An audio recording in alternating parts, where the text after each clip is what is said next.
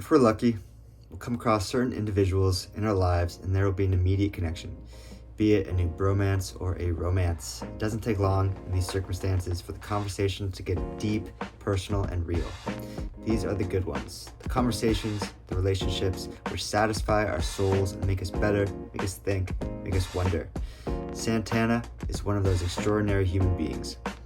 We met recently and realized that we're both writers, dreamers, doers, human beings who long to know, embrace, discover what it is we're really doing on this planet.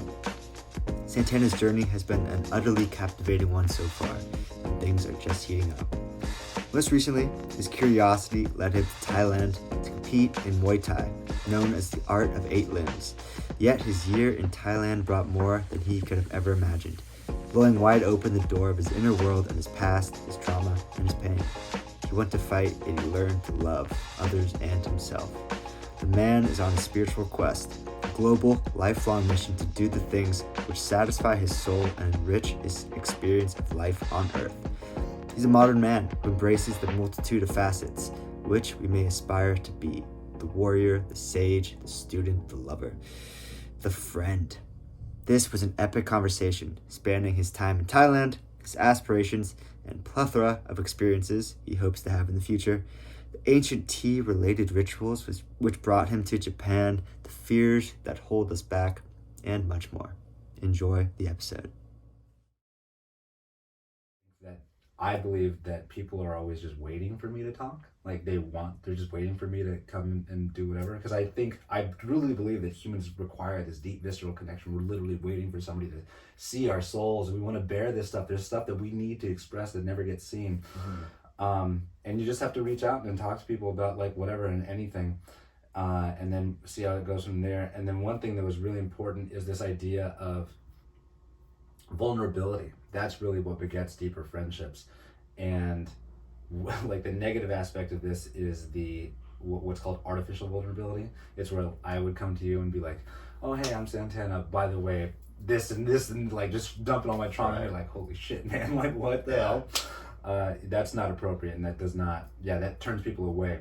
What we want to do is like show one card at a time and be like, okay, I feel pretty comfortable with you. I'm going to share with you this very small thing. Mm-hmm. And then if you accept it or you lay down your little small thing and we just keep building and building, we get to see more and more. We feel more comfortable and we feel more trusting.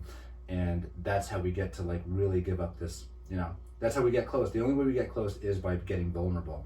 And that's scary no matter what, because we think, dude, we think that vulnerability is talking about different things, but it's really talking about stuff that you're not ready to talk about or like be or let somebody see. It's like the stuff that you're like really scared of or ashamed of or afraid of. Like I can tell you that both of my parents have died. Mm-hmm. And people have thought like, oh my God, that's such a vulnerable thing. It's like, no man, I've worked through that. I've processed that. That's like, I get it. That's just part of me. No problem. But there's stuff that I'm really ashamed of or I'm really scared of. And when I can let you see that and then you can hold it and then not judge it and just like let it be, that is the basis for a great friendship. I love it. Makes me think of James Baldwin, great quote that I saw recently. It's to have a real conversation, you have to reveal yourself. Mm-hmm. And what you're also saying about, say you tell me something really deep and I'm, first time we're hanging out, live on air, and I'm like, if I didn't know this, I might be thinking about how do I respond, but you don't need to. You don't even need to do anything besides hold the space for that person to share what they're going with. And even as friendships progress and say we're best friends in 5 years, you still don't need to have answers. Mm-hmm. That might not even be what you want. Mm-hmm. Probably isn't. You're not looking for an answer for this thing. You just, like you're saying, you want to just share. Mm-hmm. And you need somebody that's a good friend who just will be there for you to be vulnerable and hold that space for you. Mm-hmm. Yes. Great stuff. So I wanted to ask, we'll kind of kick this off in a direction. So we met at a party. Obviously, we hit it off because we're both writers in one regard. And you sent me the last chapter of your book, right? And incredibly deep, very vulnerable, very interesting, compelling. And I just want to know much more. I want to know why you went to Thailand, and if you want to just take us on that journey. Man, yeah. I thought, dude, you always set off like, I'm sure you're already experiencing this, and you're gonna continue to experience it more. You read Shogun, you were enthralled, and you're like, I want to visit Japan, and I want to learn about haiku, and I want to learn about design, and I want to learn about all these aspects of Japan. And you're learning those things. You're getting to experience it. You're seeing it firsthand. It's a day-to-day thing. And in addition to that, I'm certain that there are these tertiary experiences that are coming you're just getting fucking overwhelmed by them. And those provide you with just as much, if not more, insight or more ability to learn and like witness the world and witness yourself than like what you thought you came here for. And I always think you set out for one thing to accomplish the goal, and accomplishing the goal is absolutely cool, but there's like all the other stuff that comes along with it that is really what you came for. And what I thought I went to Thailand for was to accomplish a bucket list item, which was fight in a Muay Thai fight. Fight Muay Thai in the motherland, spend some time, like dedicate my life to it, and do that. Are you Thai? No. Okay. No, my family. Motherland of Muay Thai? Yeah, Thai. Okay. Yes, yeah. Best place. Yeah. Nothing. No. And I was like, I want to dedicate this period of my life, and really, Muay Thai is my favorite sport. It's cool. It's fun. Oh my gosh, it's so much fun. And it's like this high expression of biomechanics and physical mastery, expression of power, like little physical power. And I was like, I really want to do that. And then I know that at another level, I don't think of myself as a fighter. And I think of myself as not having engaged with this aspect, this archetype, this warrior archetype within me. And I've really just like kind of put it away or never expressed it or been afraid of it. I don't know exactly what, but it's definitely not in the light. And I thought, I want to show myself that that's there, and I want to give it freedom of expression, and I want to like prove that I'm like tough, prove that I'm like a man, prove that I'm like X, Y, and Z, all these different things. And then I did it, and I was like, dude, fighting isn't about any of that shit. It's not like being a man is not that, like being tough is not that. Fighting is way more than I thought it was, but it was not what I was expecting it to be. And that's true at like the highest level principles of experience, and that's true of like the real practical aspect of fighting. And so I went there. I thought, I want to express this part of myself. I want to fight. I want to accomplish this bucket list item. And and then it's just like increased the huge list of bucket list items that now I'm here doing another one. Mm-hmm. What is that? Tea. Dedicate my entire life to studying tea. So I thought, I love matcha. I couldn't find one on the way over here. Well, like you said, Starbucks is like, bro, not I heard you to write I was that. like, I didn't come 9,000 miles to Starbucks matcha. But I freaking love it, man. I knew I loved it before I went to Thailand, but then my best friend there, he owns a restaurant, and he knows more about Starbucks. There's no fucking he knows more about matcha. Yeah, it's straight from Seattle. Yeah, he knows more about than I did. And he taught me a ton. And every day we would experiment with different ingredients. We've probably tried literally hundreds of drinks. And was getting to the point where I could tell what ingredients there were, which like leaf it was, which type of matcha it was. And I was like, I would love to be able to develop a sommelier level knowledge of it and be able to smell it, taste it, and be like, oh, that's from Uji, that's from Wazakara, this from this farm, that's from that. And I thought, where better to do it than in its motherland? So come straight to the source. And already what I was just discussing is happening, because most of the tea actual stuff is in Kyoto, but I went to Fraser's cafe on like the first day that I was here, and I met the owner of his cafe, and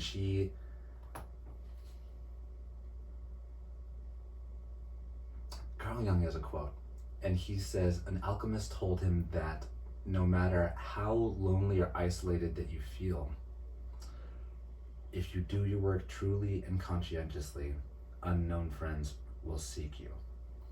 And I absolutely feel like that's happened. And I felt like Kaoru, the owner of his cafe, is exactly that. Because I literally was just sitting there, and she and I started just hitting it off immediately. And she's like, "What are you doing here? Are you a tourist?" And I was like, "Kind of, but I live here now." And I was telling her what I'm here for, and I bought this book that she had, sent it home to my sister in New York, and she was like, "Well, you need to go here, and you need to go here, and you got to meet this person, you got to meet this person, go to this cafe, there's a festival over here, talk to this person for this." She just immediately connected me with so much stuff, and I was like, wow, this is fantastic. So one of the people that she's connected me to is this guy, Peter, and I've gone to... He specifically spent I think 40 years making ceramics for tea, and dude, I just your ignorance is like glaring when you get introduced to something new, like a hobby. You're like, oh cool, I want to learn trumpet, or I want to learn skateboarding, and you're like, oh my god, there's so much, like I'll never, and this is what's happening. Tea. Yeah, tea. I was like, ancient. Yeah, dude, I freaking one aspect. I met Peter. I learned there's an entire world just around the ceramics of tea. He taught me so much about the history of tea, like where this stuff comes from. Then he's also in a tea ceremony school, which is 900 years old. And I went to their practice, and dude, that is intimidating. Oh my gosh, it's intimidating. First of all, there's so much formality in Japan. I'm afraid always of offending somebody about breaking some social norm or rule, which I'm just basically doing by being here. But the tea ceremony is that times 1,000. Yeah. It's so intimidating because there's rules for everything. There's rules, but I really believe that there's intent, which they imbue every action in. So the way that you pour water, the way that you turn the bowl, the way that you hand the bowl, the way you walk. Everything has meaning. Right. One of the most important things. So from this last tea ceremony, a couple things I'll tell you. First thing you got to do is take off your jewelry. The reason being is because the ceramics are so valuable, or they can be extraordinarily valuable. He said he's done tea ceremonies where the bowl's $500,000 US. And I was like, what the? I was like, I'm not. And you go in there, you enter through this door, everybody crawls through the door. Right. Yeah, so everybody's quote unquote at the same level, which y'all said absolutely not true. And then you don't talk. It is completely silent. There's this minutely orchestrated event that's occurring, which could go on for 4 hours. And there's so many steps about how everything is done so particularly. And he was telling me that you don't talk because it's completely silent. And he told me the reason that you don't talk, he explained this because he had a tea ceremony last year, a couple years ago, and he had some musicians come, and a couple of them were younger, and then one was the conductor. And the younger ones kept talking, and he was like, could you guys not? And then he was talking to the conductor, and he asked him, he asked the students, can you hear the music? And they're like, no, it's nothing. And then he asked the conductor, and he was like, yes. And he said, it's the sound of the water, it's the sound of your feet, it's the sound of the mixing, it's the sound of the kettle, it's the sound of literally every aspect. And when you pay attention to that, man, it's like this room. I love how quiet this room is. You got a ton of surfaces that absorb sound, and it's very quiet. It's almost loud. So then every noise is blaring in your ears, and you can hear these minute intricacies. Matcha has to be made at no hotter than 70 degrees Celsius water. And I know that, and I asked, how can you tell? Because you just have a kettle, which is a freaking 1,000 years old or something. And then you got another container of cold water. And I was like, how do you know when this is and how much of this? And he said the tea master can listen to the water and knows that it makes 7 different sounds. And based on those 7 sounds, there's 7 different behaviors, and those tell him the temperature of the water. And I was like, wow. And then intro, I was like, what the fuck? Holy shit, yes. That is wild. Yeah, I mean, one of the coolest scenes in the book, Shogun, back to that recurring theme, is this savage samurai who's just kind of the bad guy of the story. And he the love stories between the pirate, Blackthorn, and this like just quintessentially beautiful Japanese woman who's actually just a badass and ends up being the coolest person in the story. And she has this, like, her samurai husband is just this bad guy, just savage and brutal, and Blackthorn's kind of trying to take her from him, and they have beef, and it's just crazy. Yet, while the couple, the husband and the wife, are going through this just terrible season, they hate each other, he just puts on the most magnificent tea ceremony and just woos her so hard. Yeah. I was like, wow. And it's exactly what we're saying. Like, she's like, the way you turned the bowl, the way this flower was arranged, like, there's such minutia. And it sounds insane. And I definitely want to experience it at some point. You say you want to dedicate your life to it. Yeah. That's what I have been doing. I basically have been doing my work stuff and all my other downtime. Well, actually, it's like between trying to make this home, meeting friends, doing like social stuff, work, and then every other moment is tea. So reading about tea, talking to people, going to cafes, testing different teas, a lot of work with tea ceremony. So this past month has been dedicated to reading and tea ceremony. And then next month we'll be more focusing on tasting in farms. So I'll actually be working on a farm for a period of time. What? Yeah. Doing just whatever they ask. Yeah, whatever they ask me to do. Nice. Where? It's in Kyoto. I think it's Wazuka. Yeah. Yeah, definitely one of those things. I haven't done many of just the traditional Japanese experiences yet, and I'll definitely regret it if I leave here not having tea ceremony, archery, calligraphy, like something. You know, I'm not gonna do it all, but I gotta get that. Bro, you absolutely can do what you got plenty of I probably could do it. Get it all done, yeah. Definitely. Yeah, I just gotta start with something. But yeah, man, that was awesome. How did you get interested? Was it your friend in Thailand who got you interested? I think I've always loved like Japanese architecture and design. And I just really thoroughly enjoyed it. And my favorite foods were sushi and ramen. They've always been. And I was like, oh yeah, I've always thought I would like to go to Japan. I didn't really know how to do it. I didn't really know like what exactly that was going to look like. And then what came about in Thailand was I came to the understanding, like, I've been working remotely since COVID and have had the ability to do what I've always wanted to do, which is live out of a backpack and travel the world and do just whatever it is that I want to do. And I came to the realization that I was waiting for somebody else to give me permission to do all this stuff.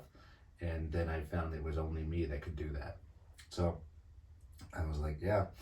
And you get exposed to different people and different things. And when you go on your adventure, man, I refer to everything through Campbell. I refer to everything through the hero's journey. And, you know, he talks about how you get unknown friends and you get supernatural assistance. And Thailand, bro, is such a special place. Oh my gosh. I met people from around the world. They all go to train to like fight or for fitness there. And I met somebody from like everywhere. Like literally, I used to have my own talk show because I go eat breakfast at the same place every day. And there's like my chair right here and then there's a couch right there. And I would always be working and eating, and then whoever sits on the couch is getting interviewed. Whoever you fucking sit next to me, we're becoming friends. And I would talk to people every day from all corners of the world, and I learned other things that I want to do. And I was like, yeah, I do want to go to Japan and I want to do this. I do want to go to Bali and like learn more about like this spiritual healing practice. I do want to go to India and do like yoga teacher training. I want to live on a horse ranch in Saudi Arabia. Go to study ballet in France and study violin in Ireland. So I was like, yeah, I will now be doing these things. Whereas before I would hear these things and think, oh, that would be so cool. And now I think through going through this inner journey and becoming connected to what is within me, do I understand these archetypes exist and they need to be expressed. And all those things that you feel like, oh, I would love to do that. No, but I could never do that.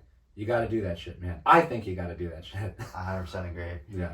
So I don't know where to kind of start with this, of how did you become interested in just Campbell and the hero's journey, and also what gave you the permission to finally say, I don't need to wait for somebody to tell me that I could do this? first with Campbell.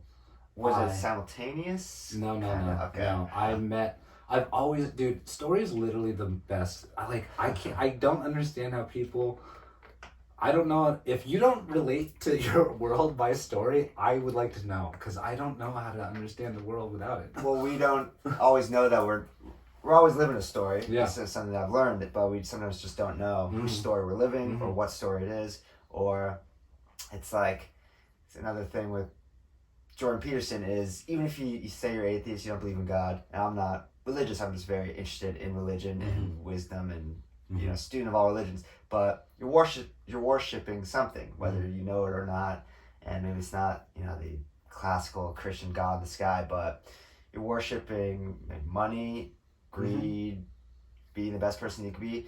God to you is a culmination of all the qualities that you look up to in people and aspire to be, and just the max of that. And so, yeah, you're living a story. Back to you're living a story whether you know it or not. And I got this tattoo on my arm, live a story worth telling. That's it. Yeah.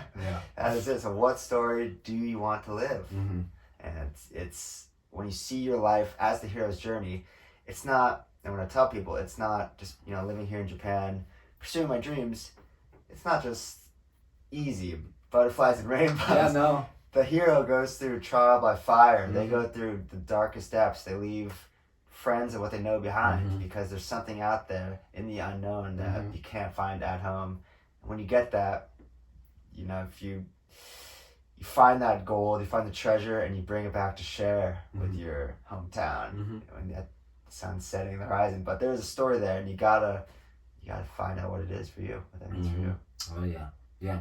I think it's so important to remember these aspects of because I'm in a story or whatever. It's just, no, dude, it's terrible. It's scary. Circle, yeah. Yeah, it's like, every aspect of it. You refuse the call, and then you get forced out into the special world, and you attempt to fight the dragon the first time, and you can't do it because you're inadequate. And then you get the supernatural assistance, and then you gain the abilities through trial. It's really hard to gain the abilities to learn, and then you can finally go and do that thing that you set out to do. And I think that, oh my gosh, so many people, I don't really post a lot on social media except about tea, because I just freaking love it, and it's great because a lot of people loved it as a result. But I gotta somehow get infused in this world of tea. I gotta start somewhere. I'm gonna get seeped in the world of tea. I was here for 2 weeks, and I went to a village 50 miles away, several hours by train. I got off the train and I was like, where the hell am I? I'm looking for this thing. I'm on the map. I'm wandering around this village, and I was like, where is any of this? And I turn and I talk to the first woman that I see, and I ask, do you know where this festival is? And she looks at me and asks, are you Santana? And I was like, what the fuck? We've been expecting you. Yes, that's what it felt like. I was like, I just got to this country. I don't know anybody. I don't know where I am, especially where I live, barely. I've been here for a couple weeks, and I'm so far away from that, and the first person that I see asked me that. And I was like, what the heck?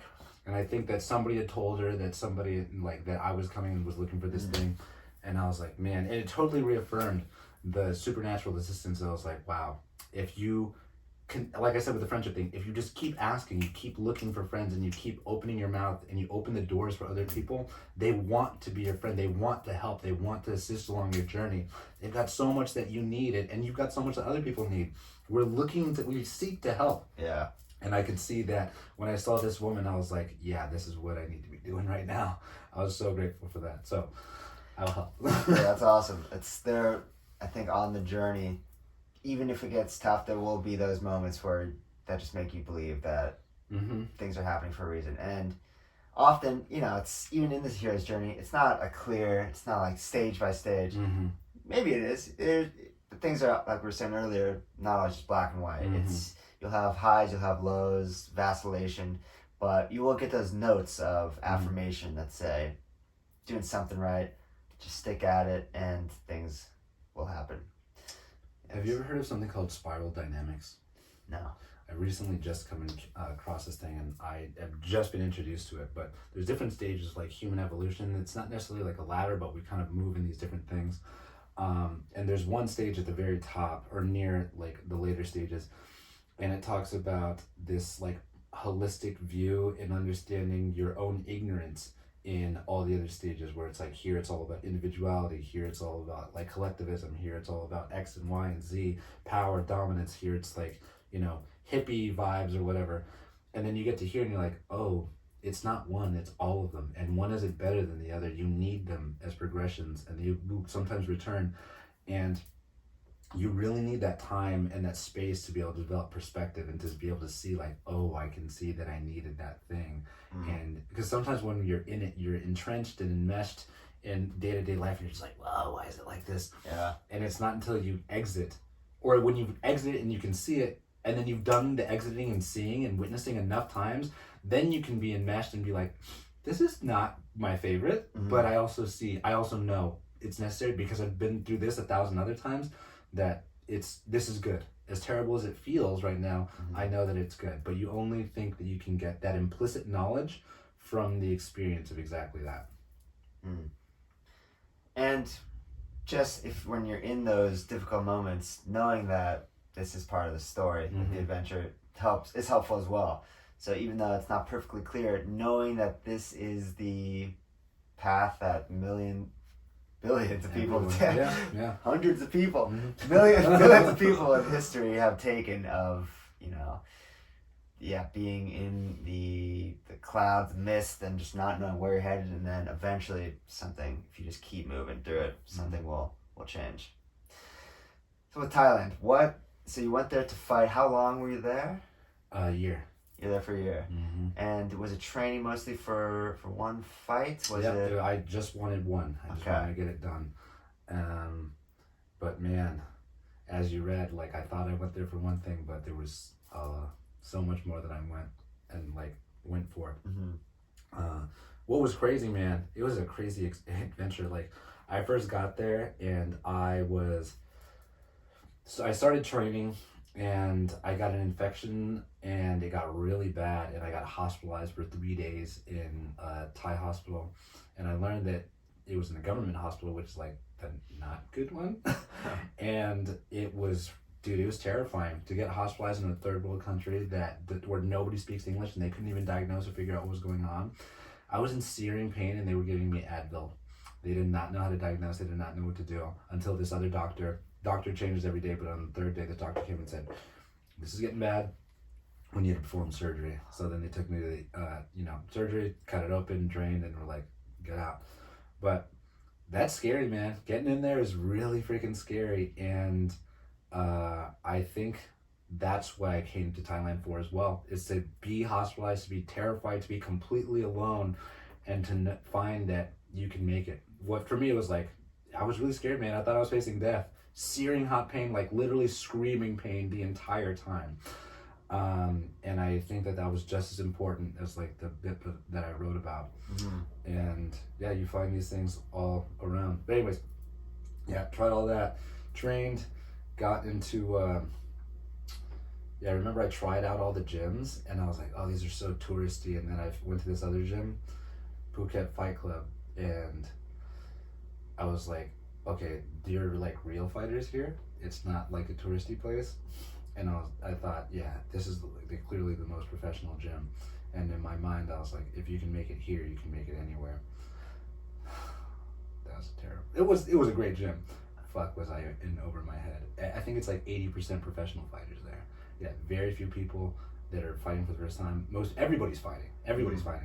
And then most of them are sponsored by, their own sponsors or by the club. And it was rough. But yeah, dude, it's so nice. I think the highest level principle of that is that you can come out of is that you can step into anything and be very intimidated and very scared and be terrible at it, and you just continue showing up over and over and over and over again, and you get better. And I believe that that's true about anything. But we preclude ourselves from that experience of improving because we're so afraid of failure. And I know I'm speaking from my own experience. And now I'm trying to find out what are the other things that I'm afraid of? And what have I not done because I was too afraid that I was going to fail? And then just accepting that failure is going to be a necessary component repetitively, but can you consistently and persistently show up for yourself for who it is that you should be, like who is it that you want to be, or what is it that needs to be expressed? I think, yeah, with fear of failure and also of what people think. Mm-hmm. What do you think was more heavier, or what do you think holds people back more? It's so basically the way I understand it is They you're are asking, similar. I mean, is it the way that other people think of me, or is it the way that I think of me? the fear of what other people will think if you just make a fool of yourself. Mm-hmm. Fear of your criticism of your peers, Mm-hmm. of your group. If you try something, if you go against the norm and this thing doesn't work, if you start a business, if you get your ass kicked Mm-hmm. in the ring, anything, I think, and it's just coming from listen to podcasts, Modern Wisdom, Chris Williamson. Mm-hmm. Oh man, it's great. Okay. Bill Perkins, I think Bill Perkins. Mm-hmm. I think that's it. Just came out with a new book about why you should spend all your money before you die. But basically, he's saying that the fear of what other people will think if you go out there and fail is pretty much the number one thing that holds people back. Mm-hmm. Yeah, 100%. And it's the reason why people don't leave their hometown. It's just more Mhm. comfortable. Sticking to Mhm. what you know, where you know you're a bigger fish, and things Mhm. won't go. It might not be that good, but they won't be that bad. Instead, and we see even, this guy's billionaire or whatever, and you see, his success story. Often we have people who are the ones sharing the information are the ones who tried something and they made it. So it looks great on the surface because they took a risk and it paid off. Mm-hmm. But what about people who took the risk and they didn't? They started a business that failed over and over. They tried something new. They moved to a new town, didn't make friends. But at least they tried. Mm-hmm. They went against the norm of the fear of what people would think, and they took a shot on themselves, and it didn't work out. But in that trying, what do you think you learned or discovered? You gotta, okay, so first, you have to do it. Because otherwise you're just gonna regret and you're gonna think. I think about mortality. In fact, there was a book on samurai I read once a long time ago, an entire series on it. And one of the things it talks about is that the warrior should always have his mortality like at the forefront of his mind, and it should imbue all of his actions with that thought.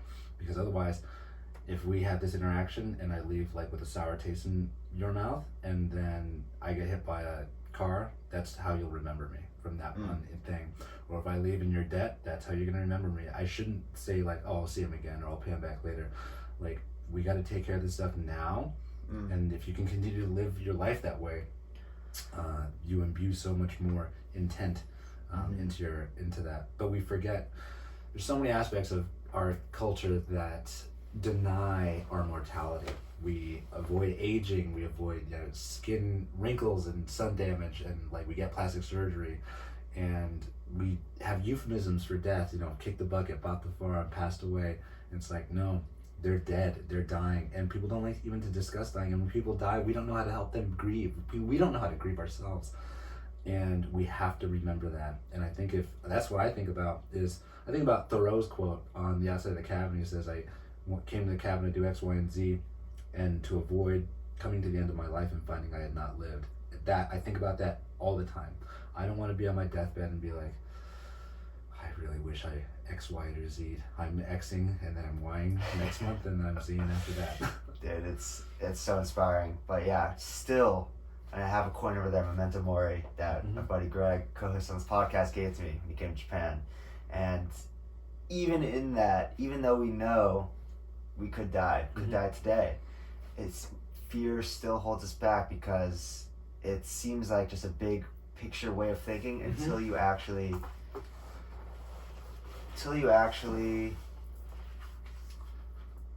maybe experience something that makes you come to terms with it. That's what I went to Thailand for, and I could see it in several ways. So I remember talking to a pro fighter, many fights before mine, And I was like, any advice? And he was saying, first, accept that you're not going to back out, that you're going to fight. And that was the first time I'd ever heard that. The thought about not fighting had never even entered my mind. And I felt quite affirmed. I was like, oh yeah, that was never a concern. I was like, I'm well beyond that. And the whole week, like weeks prior to the fight, really I only had like a week advance notice. Dude, Thailand is wild. You don't weigh in, your opponent can change the entire time. The dude that I fought had like 30 fights, but it was his first Muay Thai fight, so they're like even match. It was not. But I was so cool going up to the fight, and like I kept thinking anxiety's gonna come, the fear's gonna come, and I'll deal with that, and it's going to give me energy and give me what I need when it does arrive. And I thought, yeah, I'll deal with it when that comes. But right now, why steal from this moment? I've got plenty of great moments before the fight. We'll deal with that. Driving up to the stadium, being there with my squad, and then maybe 1 or 2 fights before mine, I thought, okay, this is starting to get really scary. Like when you get oiled up and you get like your hands wrapped and you get like, you're like, this is real, and you see somebody get knocked out, you see like blood spilling everywhere. You're like, you're going to get in there, and there's stadiums full of people and they're all screaming and it's like loud. It's really scary. And then I remember walking up to the ring, and this voice in the back of my head was like, do not do this. You are an idiot if you do this. You're gonna get hurt. You could get permanently maimed. You're gonna get embarrassed. This stadium full of all these people, a bunch of your friends, you're gonna look like an idiot. And it just, I was literally getting closer to the ring, and the voice was getting louder and louder and more intense. It was like screaming at me. And then you get into the ring and you do this ceremonial dance, and then that doesn't make the voice go away. Then the like bing bing bing happens, and that doesn't go away. So now you're dealing with this, and you're dealing with this. I have to physically fight somebody while I'm fighting this part of my mind, and it was freaking terrifying. And I thought I was ecstatic. It was literally one of my favorite things I've ever freaking done. And I got knocked out in the first round. I broke my nose. I have stitches in my forehead. There was blood everywhere. It was so freaking cool, dude. It was literally one of the coolest things I've ever done. Oh my gosh, I loved it. And I remember my coaches, like my team, were like, oh, you should be proud of yourself. You should be happy. And I was like, you don't need to, like, I am actually, like, I literally don't think I could be happier if I had won. Like, literally, I just imagine my, teenage self never would have thought this was possible. I remember when I first discovered Muay Thai, this was a dream, and it's like, look at what you just did. And you accomplished this thing, you're like on top of the world. It was just like, it was amazing, man. And I realized that if I can do that, I can do other things. And then in that story, I remember this fear that I had of talking to my, like, even answering questions to my therapist, and then eventually dealing with stuff within myself, answering questions to myself, and then eventually this fear that I had about like going into that room with Bree. It was raging just as much, maybe even more than when I was walking up to the ring. It was like, don't do this, because I was experiencing my experience of my mother through my imagination of Bree, and it was just like, oh my gosh, I didn't realize I was so angry and was so scared that like the thought of even going in that room was palpable. And then you lean into it and you go through it, and fortunately both of my things like gave me a lot, but really it did. I mean, one went well and one did not go well, but they both gave me more than I ever could have asked for. And I just remember that feeling, and I think like the resistance that we feel and the fear is equivalent to the amount of experience that you're going to get and the way that you're going to change. And as I start this new venture, like professionally, I'm like, oh man, I'm really afraid of rejection. I'm really afraid of like not knowing what I'm doing, but I also know that I can help people. And I know that there's a gift here, and I know that I've been helping people my entire life, and I know that I can do it better my way, better than any of the other companies I've done it for. And I remember the same feeling when I was going to talk to my ex-girlfriend, and I was thinking, why do I want to do this? And I just kept feeling like there's capacity, there's the potential for so much growth and healing and understanding and love and compassion, both for ourselves and to inject more of that into the world.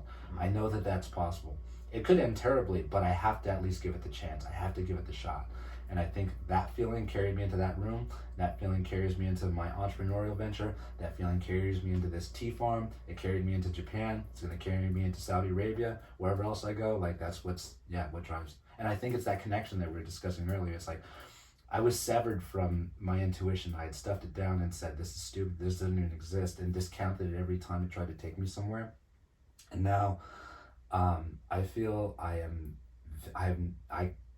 a year ago I'd listen to the sentence I'm going to say and I'd be like, you're fucking crazy. But I truly feel like I am like a channel for divinity. I think about a Hafiz quote, this Persian poet, and he says, I am a hole in the flute of Christ. Feel the flute that the Christ's breath flows through. Listen to like the music it makes. And I was like, yeah, I'm just here. I'm just this vessel. I think that this is just the way that divinity is expressing itself through me. It's incredible. Would you be willing to elucidate the story about Bree and your mom? Oh, man. Yeah. Let's give a little context there. Yeah. Oh, man. That was, I'm glad I wrote that out, man. Some stuff we can explain to each other and we can be like, yeah.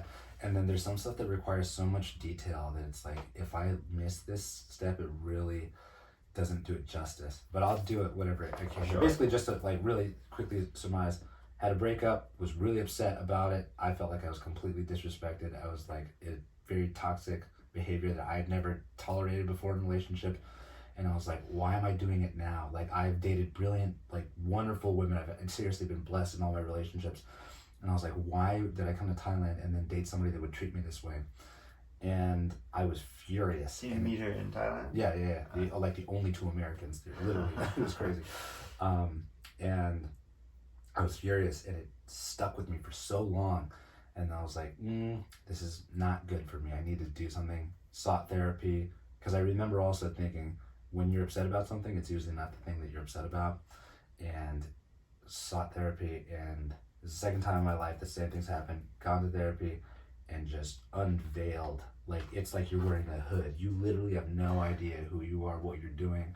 And when you go through this process of, I call annihilation, which is where, you know, the things you thought you knew about yourself, about the way you thought about relationships, the world, you know, everything, it's made up. It's completely manufactured based on this experience that you don't even know that you're perpetuating. And going into this like really dark place of experiencing myself, witnessing myself, processing that, and then eventually integrating that, and then doing the same thing in other people and other experiences, I feel like made me whole for the first time. And I realized like I realized my own ignorance. I realized how much what I thought that my mother had done to me and what I thought that my ex had done to me, I was continuing to do to myself. And as a result, I was doing it to others, and I was like, I'm done doing that. And witnessing who was really getting hurt, I was like, yeah, I'm not doing this to myself, and I'm not doing it to others. And I was like, I need to reconcile. And there was this deep reconciliation process with myself, going through the therapy, who introduced me into like all this spiritual, energetic, like crazy world of healing, which again, I would have thought a year ago was some bullshit, but now it's like, this is what I'm doing now. And and then I came back full circle and like reconciled with Brie, and like I said, I came to love that woman more after us being together than I ever had. Do you miss your parents? No. Honestly, no. I don't. And I was just talking to a friend about this the other day. Like, I know that sounds crude, but I hear about how both my parents were like they were abusive alcoholics, and they killed themselves by drinking. And I know that they did their best, and I am who I am as a result of them, partly. They loved me, they cared for me, they had limited resources, capacity to do whatever their parenting roles were. And as a result, they didn't do really like a great job. They did their best. But when I hear other people talk about their parents, I like miss that I didn't have their parents, my experience with my parents. And then I also hear about other people's alcoholic parents, and I'm like, I can't deal with that. I'm glad I'm like, there was such a complex grieving process when my parents died, because there was a relief. And dude, when you feel relief when your parent dies, that your brain like there's cultural conditioning that says, what the fuck is wrong with you? You're sick, like something, you're a terrible person, and you gotta go through all this complex processing to really come to terms with that. And now I just think, no, I'm not. I don't miss my parents, because I hear other people's experience of their alcoholic parents. It reminds me of my own. I was like, I don't have the bandwidth for that. My siblings and I have been really great at plucking like our trees of people that don't serve us, that aren't like great for us. And I know that I tried many times as an adult to like establish a relationship with my parents, specifically with my mom, and it was met. There was like to no avail. She was not capable of that, and I realized like, yeah, no, and I don't miss them. They show up in dreams, and I think that gives me messages, and like there's definitely grief, but I believe it's a grief for like, yeah, grief for them, but also the grief for the possibility of who I wish they could have been. And I have to continue to relinquish that, and there's always room for more compassion and more forgiveness in that. And yeah, I feel like it's not just like a 100% thing, but I continue to become more whole with their loss. Where do you think the drive, I mean, pretty extraordinary human being, if I may say, honestly, and where do you think it's from not having great role models for starters, but even just parents that turned into I need to make it for myself? Or did you have other role models, or where do you think that? I don't know. I was just talking to my friend, and I was talking to my sister about this. And my sister, I'm the youngest of four. My sister and I are like twins. We're extremely close. But I don't know. I would have to think abstractly, because we say like the fact that we're alive, I think is impressive. I think that's really like it's a big deal. And the fact that we're doing pretty well for ourselves is extraordinary, because you can look at like different things. I mean, if you look at the research on trauma, there's so many different effects that it has, and it really just stunts your ability to have to experience life. You can see this with addiction, you can see this with abuse, self-abuse, you can see this with like perpetuating relationships, destructive relationships. You can see it with like even your economic status is a result of what has happened to you as a child. And I don't know, dude. I really don't know. I think that, yeah, I mean, there has to be some supernatural assistance along the way. People have come and shown me what is possible. I just said that there's, better for us. I really attribute it all, not all, but like a lot to my siblings. My siblings really love each other. And being the youngest of four, I can feel that, like, I can definitely feel that they really wanted that for me. And, yeah, I don't know. I would have to think, but it's impossible to say, because I can tell you every person that I've met that I've learned so much from, but I can't say that there was a singular thing. And it makes me think of like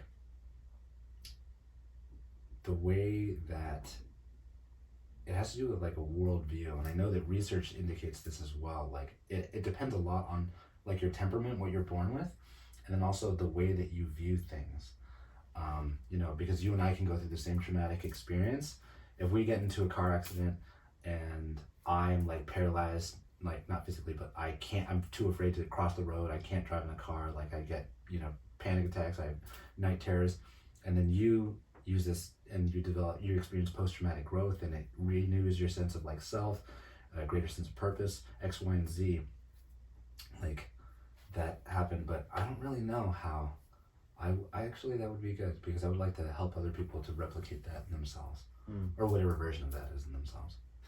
Which makes you think of, I wonder why I wonder if that's correlated with why you care so deeply about friendship, is because siblings could be, you see the movies, and it just is, it is what it is, that even with bad parents, if you've, like, I have an older brother and a younger brother, but younger brother's 20, older brother is 30, so 2.5 years older than me. So we were really close growing up, and obviously we'd brawl and everything, but having somebody you feel like is in your corner, despite what the parents say, like, you're there with your buddy, your brother, your sister, and it's extraordinary what you could make it through. And when you, even with a family that's in shambles, one good friend, that makes all the difference. Changes everything. Well, brother, this has been epic. Final thing we'll close with is, what does success mean to you? What does success mean to me? I think that success is expression. I think success is like when things come up, you integrate it, you become whole by expressing those things. You continue to expose yourselves to new things that finds new parts of yourself, like you witness, and you're like, oh yeah, that needs to come out, that needs to come, like, I need to say that, I need to do that thing. And I think it's the full expression and the integration of the whole being. I think that is what success is. I got chills. Awesome, man. Appreciate it, Santana. It's been legendary. Thank you, brother. Let's go get some food, some matcha.